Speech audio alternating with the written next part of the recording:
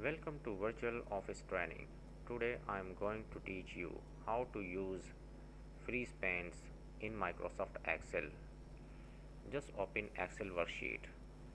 You can see countries headings in column wise and item headings in rows wise.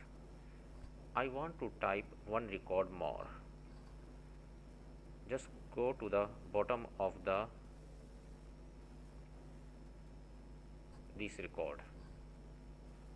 I want I have typed keyboard here and I want to type the quantity of keyboard, but I don't know which headings belongs to this cell.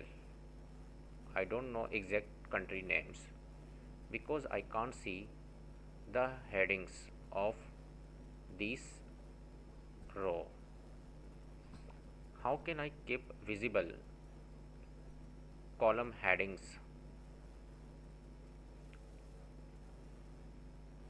and I want to keep visible row headings as well? Just keep the cursor here because I want to keep visible these headings countries wise and item wise. Go to the view menu and there you will find freeze panes. There are three options, but I want to select freeze panes because freeze panes keep rows and column visible while the rest of worksheet scrolls. Just click here. If I go to the bottom of the record, just type if you type, you can see the headings here very easily, and you can type the quantity which you want.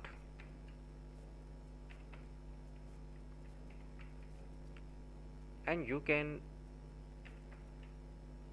type here the quantity of which headings belongs to this cell. You can see here and you can type very easily.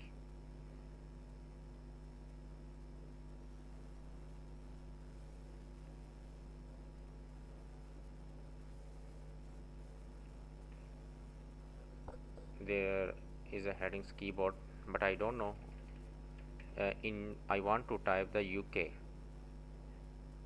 record, but headings, you can see headings is visible. You can type very easily.